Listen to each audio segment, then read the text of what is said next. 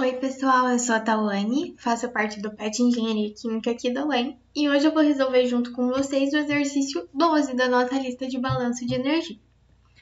O exercício 12 nos diz que uma turbina ela é acionada a vapor de água e ela opera adiabaticamente com uma potência de 3.000 kW. O vapor que aciona a turbina com uma velocidade de 60 metros por segundo está disponível a 2 MPa e 600 Kelvin. Ele é descarregado, saturado, a 200 kPa com velocidade de 300 metros por segundo. A intenção do exercício, então, é que a gente calcule a vazão máxima do vapor através da turbina. Fazendo uma representação em diagrama de blocos desse processo, a gente sabe que a corrente de entrada, que é a corrente de alimentação da turbina, ela vai ter condições de pressão 1, temperatura 1 e velocidade 1. A pressão e a temperatura são aqui especificadas porque a gente não sabe se esse vapor é saturado. Diferentemente daqui da condição de saída, que o enunciado nos diz que esse vapor ele é descarregado como saturado. Então, apenas a informação da pressão dessa corrente já nos diz qual é a temperatura que ela se encontra. Além disso, a turbina trabalha com troca de calor entre o sistema e a vizinhança e com o trabalho de eixo relacionado à potência da turbina. Já que, se vocês se recordarem, a função desse equipamento é fazer uma queda de pressão na corrente que o alimenta e, com essa queda de pressão, produzir trabalho para a vizinhança. Da nossa convenção de sinais, então, a gente sabe que o trabalho de eixo da turbina ele vai ser negativo, porque o equipamento ele produz trabalho. Então, resumindo aqui os dados do exercício, a gente sabe que a pressão de alimentação é 2 MPa, que convertida a kilopascal é 2.000. A temperatura 1 é 600 Kelvin e pode ser descrita como 327 graus Celsius. Essas são normalmente as unidades que aparecem nas tabelas de consulta de entalpia, por exemplo, para um balanço de energia. Por isso que a gente fez essa conversão aqui para vocês. A velocidade 60 metros por segundo e a pressão de saída 200 kPa na condição de saturação e uma velocidade de 300 metros por segundo. Além disso, a gente sabe que a turbina opera adiabaticamente, então a troca de calor entre o sistema e a vizinhança vai ser considerada nula. A gente sabe que o trabalho de eixo, descrito lá pela potência que tem no enunciado e com o sinalzinho de negativo da nossa convenção, já que a turbina produz trabalho, é 3.000 kW. A variação de energia potencial aqui a gente vai considerar desprezível, porque o enunciado não nos fala nada sobre, diferentemente da variação de energia cinética, já que vocês podem ver que há uma grande variação aqui de velocidade entre a corrente de entrada e a corrente de saída. Porém, a gente não tem a especificação de vazão máxima da nossa corrente, então a gente vai especificar essa variação de energia cinética em função da vazão máxima. A gente sabe, que a energia cinética ela é calculada como o produto entre a velocidade ao quadrado e a vazão máxima dividido por 2. Então, aqui a gente só especificou a energia cinética específica da entrada em função da vazão máxima. A mesma coisa a gente faz para a saída. Aí, aqui era para ser um Szinho, tá, gente? Que essa energia ela é referente à saída. Então, para a variação de energia, saída menos entrada, a gente tem a variação de energia cinética total no sistema, que aqui vai ser de 43,2 multiplicado pela vazão máxima que a gente ainda precisa calcular, kJ por segundo. Primeiramente, o que a gente vai fazer para começar a resolução desse enunciado é saber se aquele vapor que adentra a turbina está na condição de saturação ou se ele é um vapor superaquecido. Para isso, a gente vai vir aqui na pressão especificada para a corrente, que foi de 2.000 kPa, e na linha de temperatura a gente descobre qual seria a temperatura dessa corrente se ela estivesse na condição de saturação. No caso, 212,38 graus Celsius.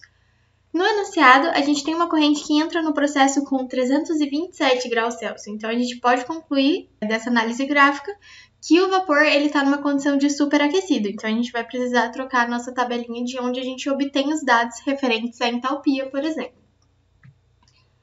Passando para a tabela de vapor superaquecido, a gente vai buscar na condição de pressão especificada, 2 MPa para alimentação, a nossa temperatura de 327. No caso dessa tabela, a gente não tem especificamente o valor de 327 graus Celsius, então a gente vai precisar partir para um processo de interpolação dos dados. A interpolação ela considera que a variação entre os valores especificados na tabela ela pode ser considerada como sendo linear, e é por isso que a gente trabalha com aquela equação da reta. Então, a gente vai pegar aqui os dados referentes a 300 e a 350 graus Celsius, já que o nosso 327 está entre esses valores, e os valores de entalpia referentes a essas temperaturas são de 3.024,2 e 3.137,7 kJ por quilograma, respectivamente. Com esses dados, a gente vai realizar, então, a interpolação. Tem vários jeitos, vários métodos de realizar a interpolação por coeficiente angular de reta e tudo mais, mas eu prefiro um método que é uma tabelinha. A gente vai especificar aqui nessa primeira coluna os valores referentes à variável que a gente já sabe. Então, a gente já conhece a temperatura da tabela, a temperatura onde a gente quer o nosso dado e a outra temperatura proveniente da tabela. Então, a gente quer esse intervalo aqui. Na segunda coluninha, a gente vai colocar a nossa variável, cujo o valor referente à primeira coluna a gente ainda não conhece. Então, de 300 a gente conhece, a gente retirou esse dado da tabela. 327 a gente vai chamar aqui por um x.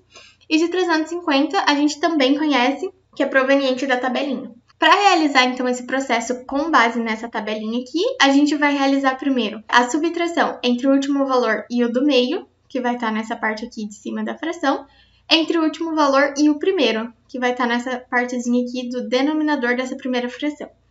Esse conjunto de dados aqui ele vai ser igual ao mesmo processo realizado a segunda coluna, então, dos nossos dados.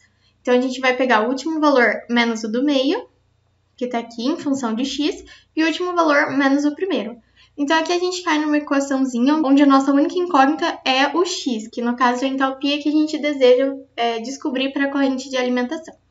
Para descobrir, então, basta isolar a variável na nossa equação. Então, realizando essa operação aqui, a gente tem 23 sobre 50, vai multiplicar pela diferença entre esses valores, passar daqui para o outro lado, e vai subtrair por esse valor aqui. Então, menos x vai ser igual a esse valor aqui. Então, portanto, o x, que é a nossa entalpia específica da corrente de alimentação, vai ser equivalente a 3.085,49 kJ por quilograma. Aqui era para o joule ser maiúsculo, tá, pessoal?